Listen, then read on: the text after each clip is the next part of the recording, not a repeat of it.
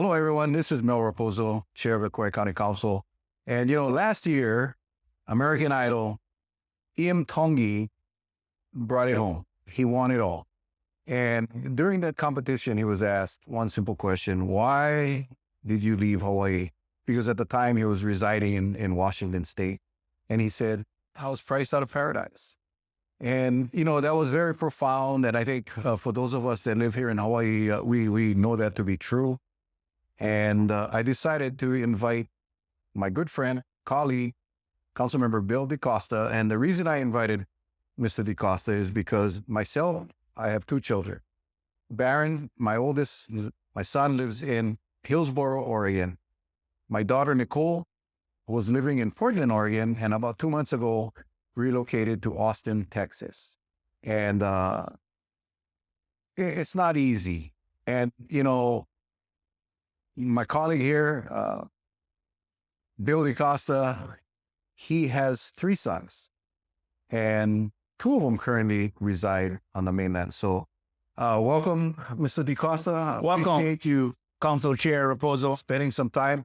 So I just wanted to talk story with another dad who is experiencing what I'm experiencing. And it's not just me, it's my wife, and where our kids no longer can live in Hawaii. So who's your kids? We'll start off with I got my oldest, Brock DeCosta. He was in Oregon, actually, doing a junior college. And I guess college is not for everybody. So he decided to take the path and came back to Hawaii. And he's in the electrical union now. He's taking that pathway in here in Hawaii. And but my middle boy, Braven, he was at Seattle University, graduated, and he had a bachelor's in nursing. He could return to Hawaii if he wanted to, but he would have to live with us.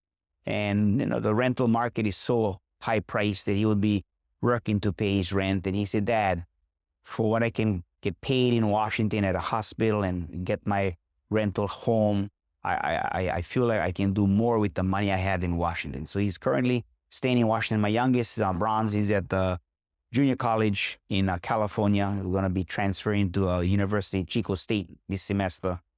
And he was a little homesick his first semester, but now he's like, Dad, this is kind of the life. And I know that if I was at UH, I would be putting you and Mom at a high price at this California junior college. Chair, California is the one state that public education is pretty cheap if you become a resident. So my boys are thriving. Too bad that they're on the mainland. But, back to the point you made about having our children here. And I took my wife for a birthday dinner. We went to Kolo Landing and we had a birthday dinner. And only one son joined me. On the table we spoke. And we miss our 2 children. And he missed his 2 brothers. But there were times that we didn't even talk about it. We only talked about ourselves and my oldest son. And you know why, Chair? Because I think people are accepting the fact, and it's going to hurt my heart to tell you guys this, that's the way of the future now. Our kids going to have to move away. That is sad. How do we help them? How do we change this, or do we just accept it? Well, Bill, last year sometime, we talked often, and Billy told me, maybe that is, I was venting to him about my kids being on the mainland, and he shared with me, he said, hey, maybe that is the better life. Maybe we've come to that point where that is the better life. And I didn't want to believe that. But, yesterday's headlines in the Garden Island newspaper, our local paper here in Kauai, median price of a home, $1.6 million. That was based on March's home sales. And that fluctuates. But the reality is, there are no properties available for sale or rent for a young family here on Kauai, unless you're working 3 and 4 and 5 jobs. And then where is the life? Where is the life? You have no life. There is no life. So, There's no life.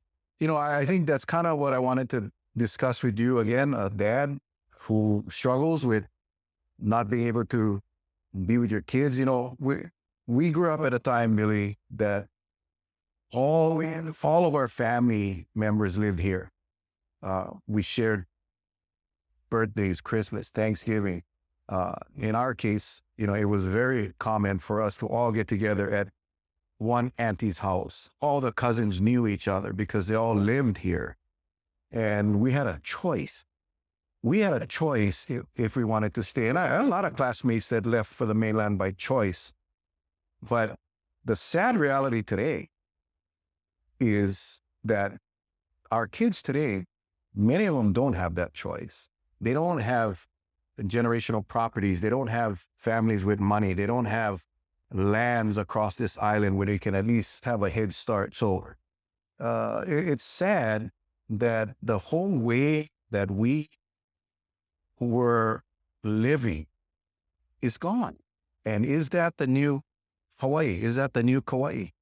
I'm beginning to, I'm an optimistic guy, but I'm starting to think that maybe we've crossed that line already and hopefully not too late to come back. Funny you mentioned it with Auntie's house and the generational families coming over. You know what we did after Thanksgiving lunch? Went down to the park. And threw the pass with the Nerf football. Remember the little Nerf or the Is It football, the kind of rubber one you could beans up? And then you remember, somebody brought their grandson and he would play with him. I remember watching the Waltons or Andy Griffith, and they would walk down with their son or their grandson and go fishing in the bamboo pole and catch a tilapia. In the movies, they would show that. Are you going to be able to take your grandson fish a tilapia on Kauai? Maybe when you come for vacation with your son or your daughter, Nikki. Yeah. I don't think if my boys don't return them, I'm not going to be able to take their son fishing a tilapia. First of all, most of the roads are blocked off and all the plantations are kind of dismantled. That whole plantation cultural community that made Hawaii who Hawaii is today, Mel. Now we got a couple of billionaires buying up all the land, dropping a few 100,000 here and there, and thinking that they are the contributors of the community. The plantation era was the contributors of the community, Mel. They want to help this priced out of paradise that you and I are talking about. Mel, pass me that candy jar over here, Mel. Mel, you know what I see? You want to buy a piece of land, pick and buy one piece of land. Don't come to Hawaii, buy a bucket of land, and leave only a couple parcels left. That's what's happening. They're buying chunks of land, 500 acres, 1,000 acres. Why do they need all that land? Cheer. Well, it's, I've said it's the real life game of monopoly. And that's, you make a very good point that every time these lands are purchased, we're taking away opportunities from our local kids. And the problem, Billy, is back when we were looking for homes to purchase, yes, our wages were much lower. The prices of homes were much lower. But local families were able to go to the bank or to the credit union and get a mortgage. And there wasn't this external competition that we're seeing today. And what's happening today here in Hawaii, and it's not just here in Kauai, but throughout the state, is these billionaires are coming, millionaires are coming, and they are purchasing homes that are for sale, for cash, sight unseen. In other words, they go online or they talk to a friend who have recently purchased here in Hawaii, and they look them up on the internet, and then they purchase it. Oftentimes, $150,000 higher than the asking price. And they offer just enough to squeeze out the local family from purchasing. And you cannot fault the sellers, even the local families that are selling their homes. They're getting more bang for their home. Correct. And it's realtors getting a higher percentage. Yes. And realtors are going to, and I cannot speak for all realtors, but I think generally speaking, I think the realtors are going to try to sell it for the highest profit. I think we have a couple good ones on Kauai and a few, personal ones that try their best. But it's hard. It's like I told you, Mel, when you go out and bid your home, contractors bid per square foot. Right now, the going price is $400 a square foot. When I built my home, I had my buddy help me, and I went out and priced. It was at $90 a square foot. Mel, if the contractors all keep their price at $400, then nobody is going to bid lower, and that's going to be the going price. Just like the monopoly of housing prices. If everybody set a 3-bedroom, 2-bath home at $1.6 million, and nobody comes down, then that house will sell at 1.6 million. And man, what local fireman marry a teacher? What local contractor marry a teacher, or even a gift shop worker? He marries another nurse or something. And how do they qualify for a loan over $1 million? But most whole homes, like 5% down, that's what? $1 million, 5%, 50,000. Yeah. And if you can find a 5% down mortgage Exactly. at 6.5% interest yeah. rate right now. You know what the mortgage payment is right now?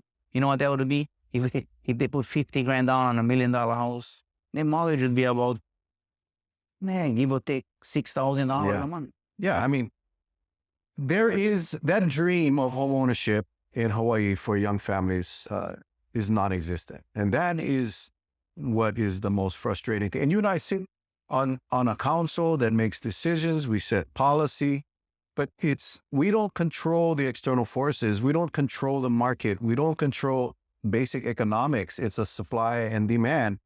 And again, if you rewind back 30, 40 years, 20 years even, the supply and the demand was pretty comparable. So, the sales prices were consistent and fair. And now, because you have these forces coming in and willing to pay, and whenever you guys know the system, right? When one house sells for a lot of money, it skews the calculations, and then that sets the new standard. And then the next home purchases will be similar to that. And then before you know it, we're at the 1.6 median sale price. And again, 1.6 million is unfathomable. And we're not talking about a 5-bedroom, 3-acre parcel with a swimming pool. No, we're talking about a 1,200, 1,500 square foot home, 3 bedrooms, maybe 2 bathrooms, 6,000, 7,000 square foot lot. I was in Texas for almost 2 weeks visiting my daughter, her boyfriend Jacob, and our brand new grandson Jahari. Jahari, he'll play NFL football. I hope so. He'll play.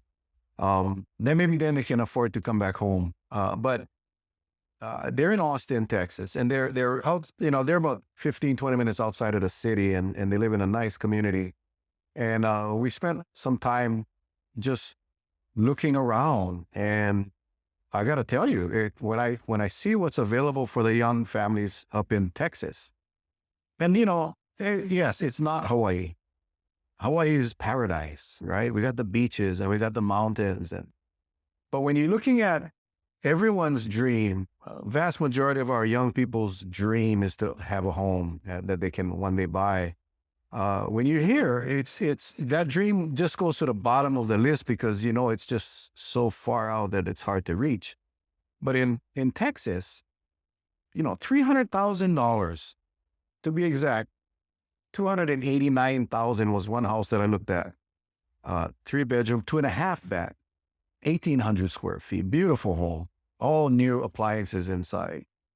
$289,000, and that is doable from a entry-level workers, maybe the tourism industry, maybe the restaurant worker, the hotel bellhop, 2 of those people can come together and get a house. So that cannot happen here. So when young kids are planning out their lives, they have 2 choices, right? They can stay here in Hawaii, and they can try and find a rental. Rents right now $3,000-4,000 a month. You're paying someone else's mortgage. I just saw 1-bedroom studio, $1,800 for rent. So that's 1 room. It's 1 bedroom. It's a 1 bedroom, but it's a very small bedroom. And imagine the lifestyle of that couple that decides, let's go try and see if we can buy this place or even rent this place.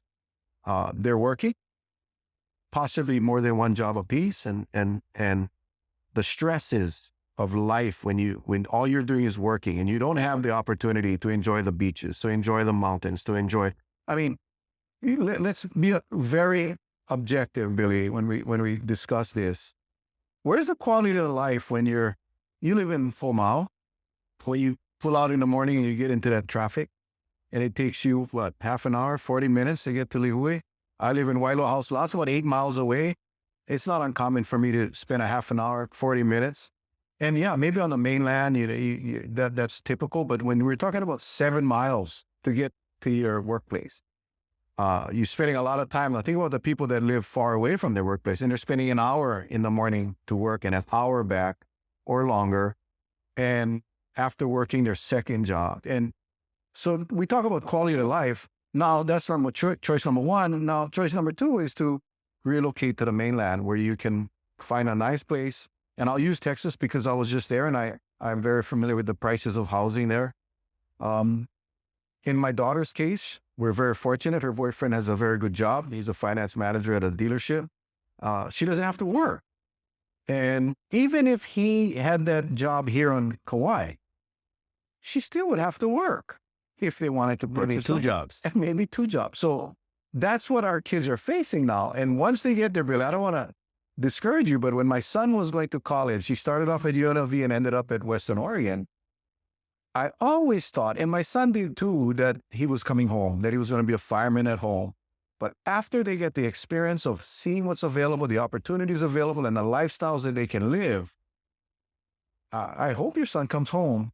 But don't be surprised if he says, "Dad, you know what? We're gonna stay. We're gonna stay because I can do much more. The dollar goes a lot farther. I can possibly own a home one day here, and I just cannot do it back home." And let me add a little bit to that. And it's that facade that everybody had before from the United States that I want a vacation in Hawaii, and they came, and they enjoyed their vacation. Today they're not just vacationing in Hawaii. They're vacationing back where they grew up in Oklahoma, Kansas, California, Texas. They live in Hawaii. They've moved from that vacation thought process, and now their vacation is in the mainland because they live here. So our kids now got to be the replacement of them.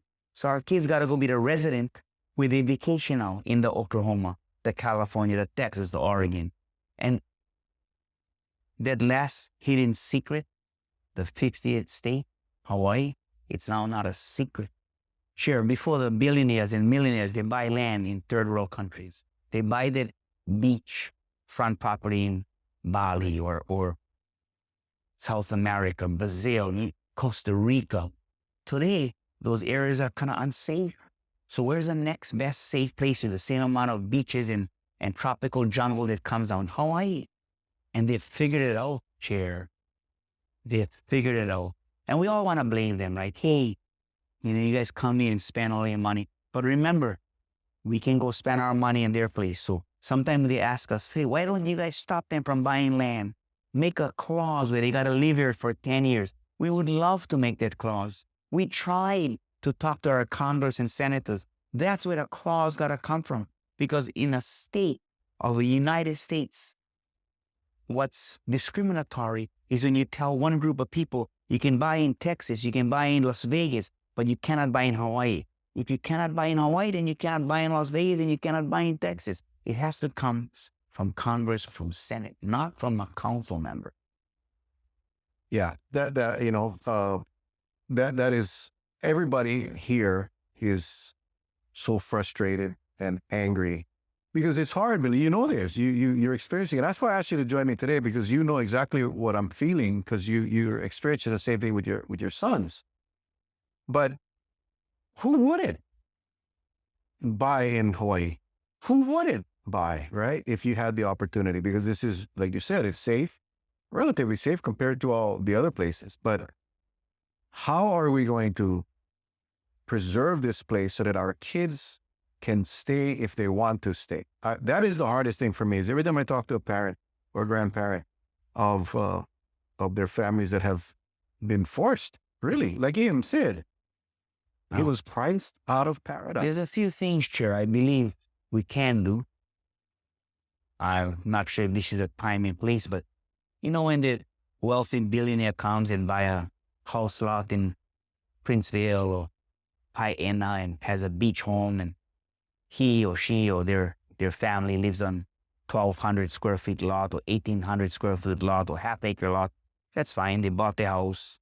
But when they come and buy 100 acres, 500 acres, 1,000 acres, another 1,000 acres open up, they buy the next 1,000 acres. and then they only live with their people on their land. Why you need 1,000 acres? You have the beaches. Some of the beaches are not even crowded. You have trails that you can hike in. There's a lot of amenities to enjoy on Kauai when you buy that house lot. But when you be greedy and you buy the whole container, all that land, you're taking away the possibility of land that we as a county could have purchased, eminent domain and purchased, and or cultivate a community housing project for local families, whether it's 80% AMI affordable or workforce housing. It's for essential workers, nurses, teachers, firemen, police. There's no land left. We're on an island that only have so much land. We're not Texas where we can continue to move out into the rural areas. We're not California where there's areas to move out. We live on a small tropical island. There's no more movement. That's what I think has kind of. Exactly. And, I think a lot of the lure of or the people that come here, like you said, they come to vacation and the experience is so overwhelming that they decide to move here and buy here. Part of that attraction was the culture, the people. You cannot go to many places and experience the aloha spirit like we do here in Hawaii. I will say that in Austin, Texas, in the suburb that we were in, everywhere we went, the people were very nice, very, very nice. Unlike when my daughter was living in Portland, I didn't feel that in Portland, but I sure did feel it in Austin, Texas. But so 20, 30 years ago, that was the enticement, right? This whole culture, Hawaii is not the mainland, or we're different people. And as more and more people made that choice to come here and move, and now you're displacing the people that were responsible for the culture, the aloha spirit, the experience. Now we've become very quickly a destination. We've become a destination location for the rich, a playground for the rich and famous. I always say, I can remember saying, I didn't want this place to turn into a Disneyland for the rich. And really it has, because when you have that kind of money and you don't have to rely on the local shops and stores, because everything you're buying online, and you have the money and the resources available. You're not having to drive in traffic every day because you're not working.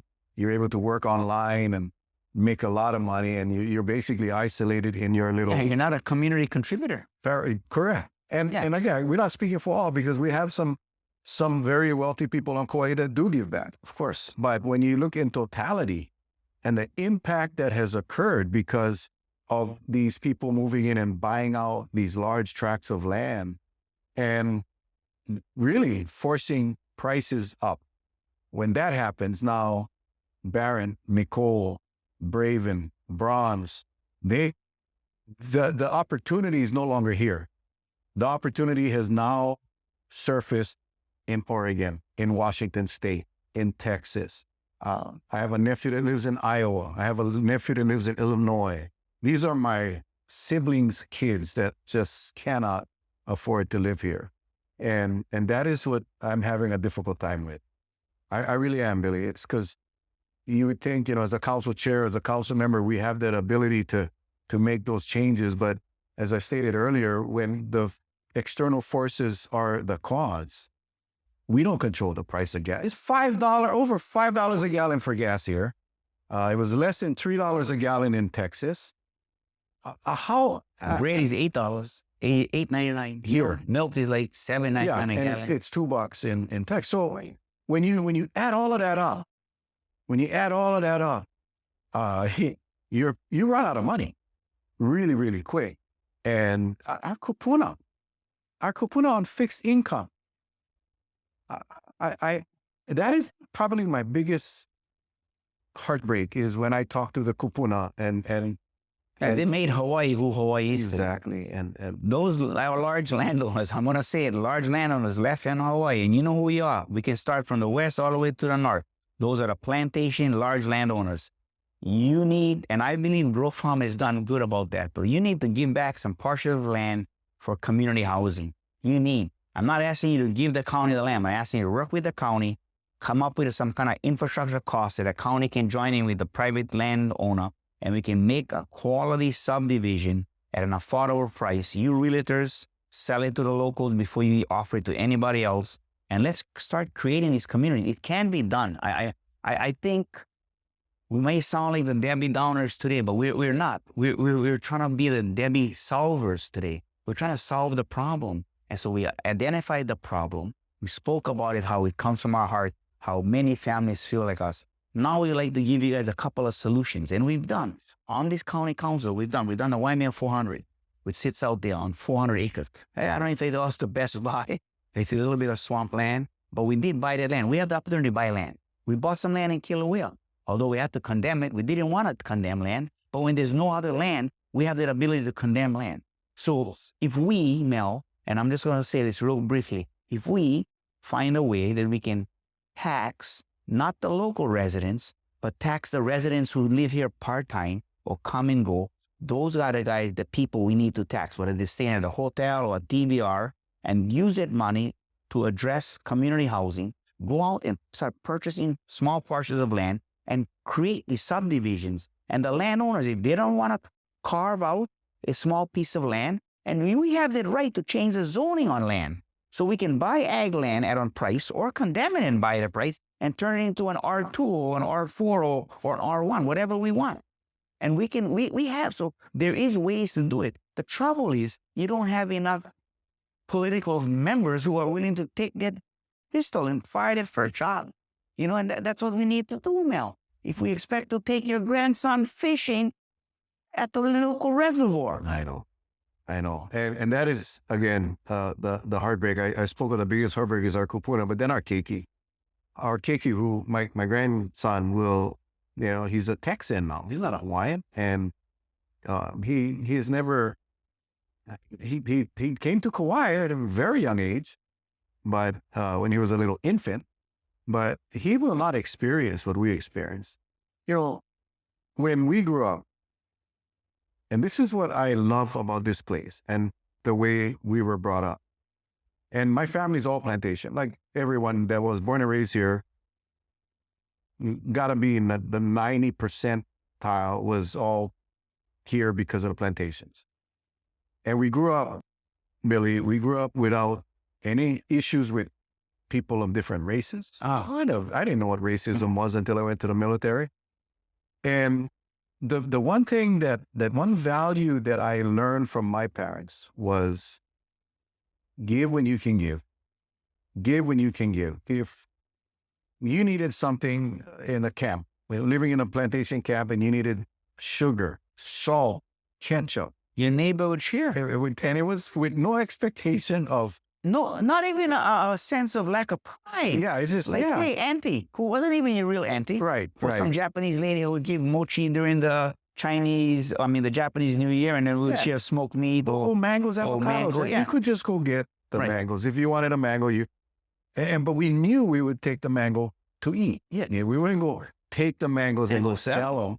Right. But I think, are you telling me that way of life has been lost? Well, what I'm trying to get to is your point about these people that are coming and buying up all these large tracts of land. Now, if it was the culture that brought them here, then maybe follow the culture and say, hey, I'm going to buy these 1,200 acres, but I'm going to give 200 acres back to the county. I'm going to give 500 acres. I'm going to give 20 acres. And will help with the funding of the infrastructure, because that's our way of giving back to the community. And now, even if they don't help with the infrastructure, they donate a partial of land that's 50 acres, 100 acres. Believe me, we could use that land as collateral and get the infrastructure put in. Yeah. Mel, I saw you do something kind today. I saw you take out a gift card and give one of our council administrative staff members to go get coffee. Go get her coffee, not you coffee. And Mel, and remember you said the gift card had like $25 on it. For a local guy like me and you, $25 to give to somebody, it's a nice dent in the pocket. I don't carry more than $25 in my pocket. And I told you about the homeless guy always give money to all the time, right? But these billionaires, when they donate like several 100,000, how much money do you think they got in their pocket? A millionaire donating several 100,000 is like a guy like me and Mel donating 50 cents. It's so, you know, I don't want to argue with you, Chair, but I need to tell you that sometimes I think they feel like they gotta give because they want the community to accept it. Landowners that you mentioned, Who are existing today, who is still not here. carved into the community housing world, we got to encourage them to do that. Yeah. And You know? I will say, though, some of the landowners are very willing to work with the county. And I think, Billy, as you stated very correctly, we have to have the political will to start. And when I say we, I'm talking about the county as a whole. We need to start taking advantage of these relationships with these landowners and work with them and come up with solutions that will benefit our local people, not developers, not outsiders, and figure out a way how we are going to be able to restore that choice for our kids. So here's my thing, right? So, County of Kauai, we have a Parks Department. We have a Public Works Department. We have a Finance Department. Police Department. But our housing is called an agency. It's not a department because we do not develop housing as a county. But that was because we had other developers doing housing and there was an inventory. Right now, there's no inventory, basic supply and demand, right? If you have any kind of intellectual supply, a lot of supply means low demand, means prices come down. Lack of supply, high demand, high prices. The point I'm trying to make is that maybe our housing agency needs to be a housing department now.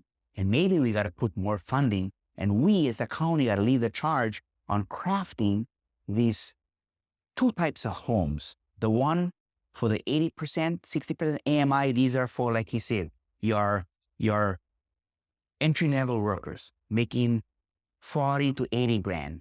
Then you got those workers making 50 to 100 grand, 50 to 150 grand. Those are your essential workers. Maybe we have to start crafting subdivisions to fit these two people. And here's what I'm going to tell you, Mel. The Habitat for Humanity does a great job on Kauai. Their mindset is everybody come together and we'll build the foundations of 10 homes. We'll build the frame the walls of 10 homes. We'll put the trusses of 10 homes, and then we'll finish all 10 homes the same time. Now, what if we take that philosophy and we tell 10 homeowners, we're going to do workforce essential housing for nurses, teachers, firemen, policemen, all local kids, born and raised here in our workforce. We're going to start with this home today. The county has this home. It's available at $450,000 to $550,000 because that's the price we'd figure out with infrastructure, land, and build a house that someone can buy it and the developer, whether it's a county or private, can still turn a profit. Let's jump on that guy's house.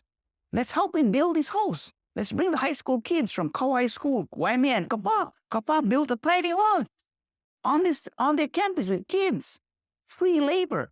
We gotta think out of the box. Yeah. This is the time to think out of the box. Let's craft. And you know what, Mel? No, even if you're on developer or on being known contractor, we get one guy with a license. We go to one local bank and we ask them to waive that bona fide fee that contractor has to put up. Because some of them got to put up like a couple of $1 million to run the developer. And we'll ask that bank, hey, you've been on Kauai running these banks since the plantation days. Yeah,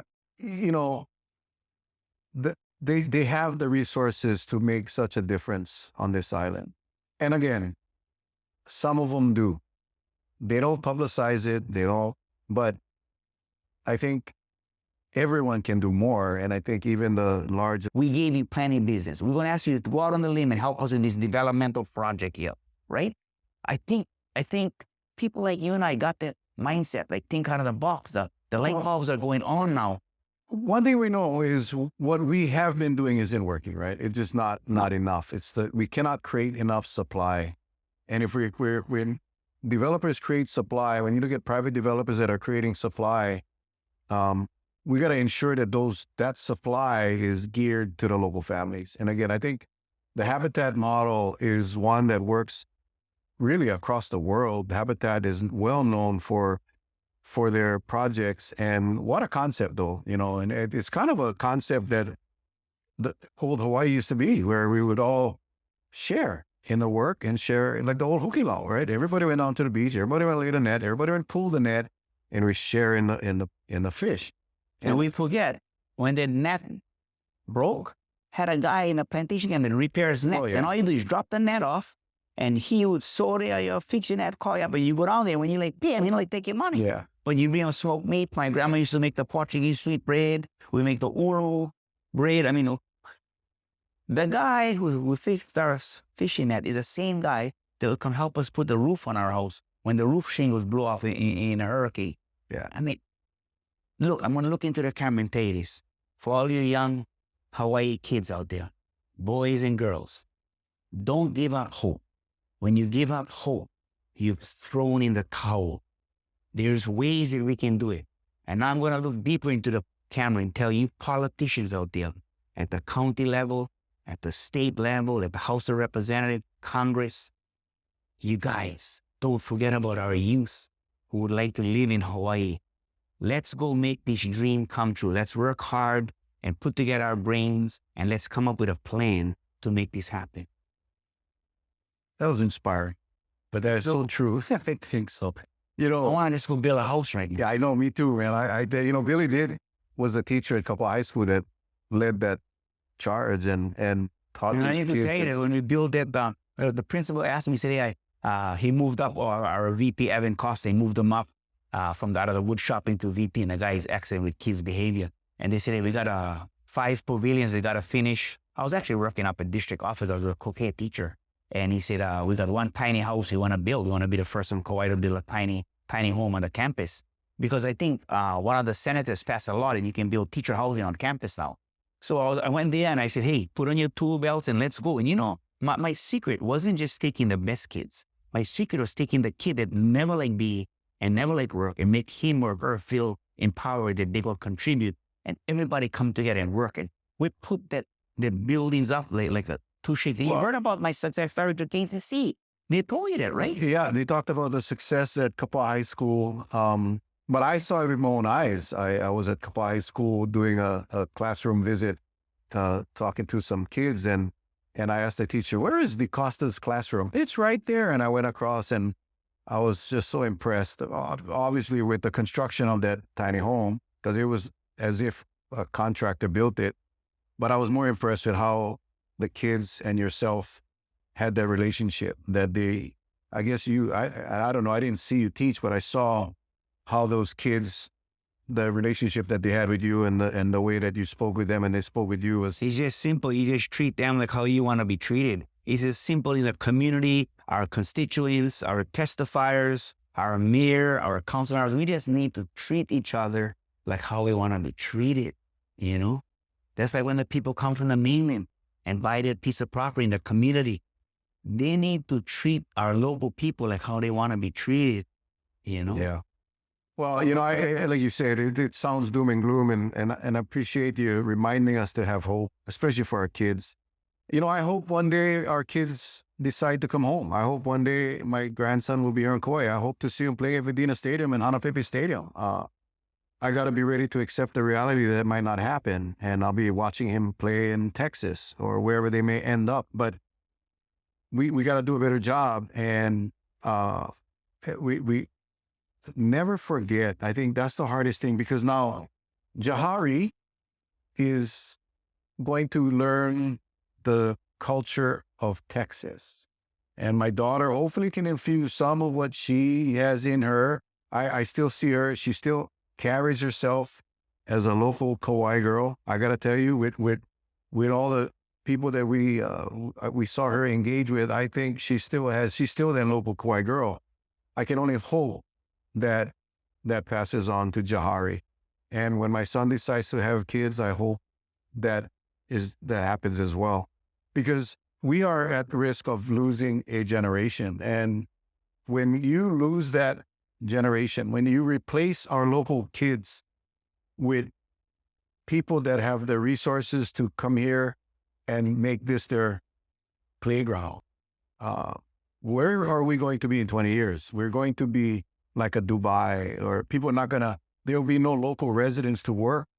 They'll be importing immigrants, workers. They're going to be paying for workers to come here to work in their resorts and their restaurants, because all of our local kids will have left.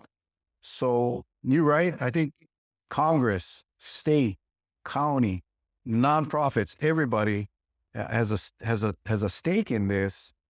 And I think you hit it right on the head. We're gonna start thinking outside of the box and looking at other ways that may not even seem doable, but we gotta try.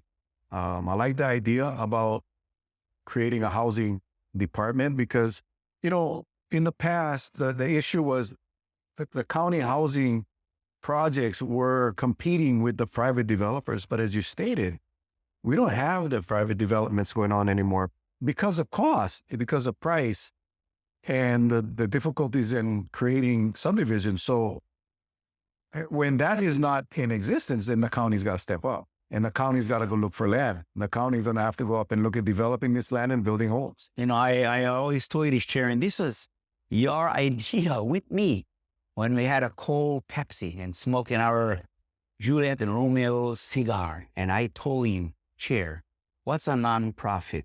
And he said, it's a group of people that kind of own the company. I told him, Chair, what's the co-op? And he said, tell me. And I said, a co-op is when you have a group of workers who all own the company and they get a profit share in the company. And then we decided, can we get the work done like how we do summer fun? Well, we have summer fun, the county pays for summer workers. How about summer construction?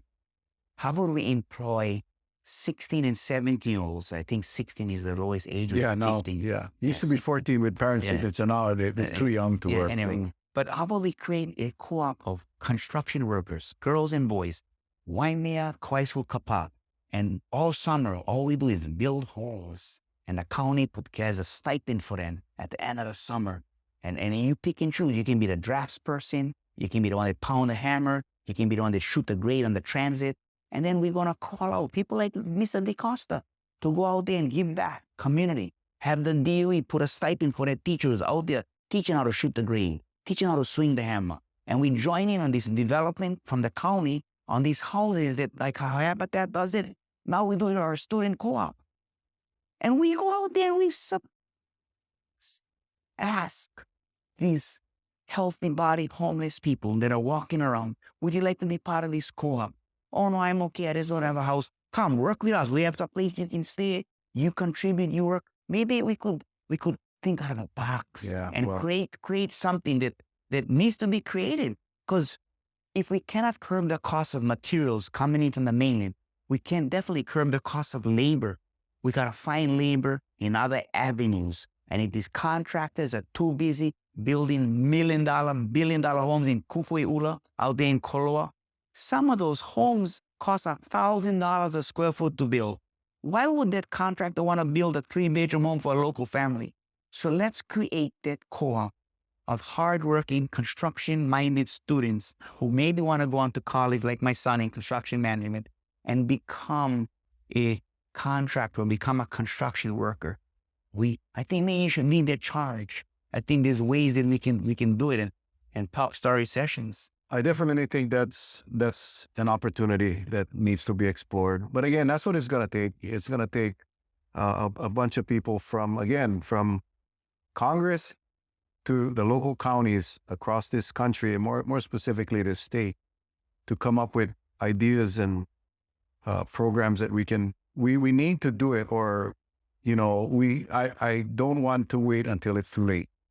And it's a little frustrating. I might have a teardrop in my eye, but when you mention Congress and Senate, and this is very as well as I know, because we're going to go to a conference in a couple of days. When you go to these conferences, the number one talk at every conference that we go to is that the county has the best form of government because the people are in contact with their county government. Those Congress men and women, those senators at the Congress level, men and women, they're out of touch with their community. They come back once or twice a year, have a news briefing on Channel 2, KHON News, and say what they're doing for us at Congress, and we never see them again. Yesterday, we had a room full of people opposing a cell phone tower, telling us from their heart, shedding tears. That's real politics. Real politics ain't being in Washington, D.C. and meeting your constituents once a year and saying you're doing good for the people where you came from. You forgot where you came from. Strong words. Strong words. I saw that passionate. That is so true. I mean, we are the direct link to the community, and I wish we had the authority that the Congress has to make change. I wish we had the authority that the state legislature has to make change. Maybe you got to be a congressman, Chair. I enjoy what I'm doing, and I think I know. You're a great leader. Thank you. I want to wrap this up, and I just want to, first of all, thank you all for staying with us so long. Thank you, guys. We do have some video clips from some of our kids that have left and are now living on the mainland. I hope you can hang around for a little while and watch the clips. These are shot from the mainland. They did it themselves, and I appreciate them for sharing their story, because that's where their stories, the people watching the story. Correct. Right. And we can talk as from the 30,000-foot view looking down, but it's nothing like hearing it straight from our kids that have made the decision or the choice. Unfortunately, many of them were forced choices to leave this amazing state, this amazing island, and relocate to the mainland. So again, I want to thank you, Billy. Your passion is amazing, and I think, again, you and I share that common frustration. Our kids are not able to live here, and we just got to do better in making sure that other families don't go through this, and I appreciate you coming. Thank you, Chair. Thank you very much. In closing remarks, I want to say there was always a movie that touched my heart. It was Robin Hood. Robin Hood's quote was, "Steal from the rich and give to the poor." I always say, tax the rich and help the poor. But when you watch Robin Hood and you watch all these people around him, they're not sitting down on a stone, sharpening an arrow and asking, will the deer show up in my backyard? Will the trout come out of the river? Will the fresh water show up in the bucket?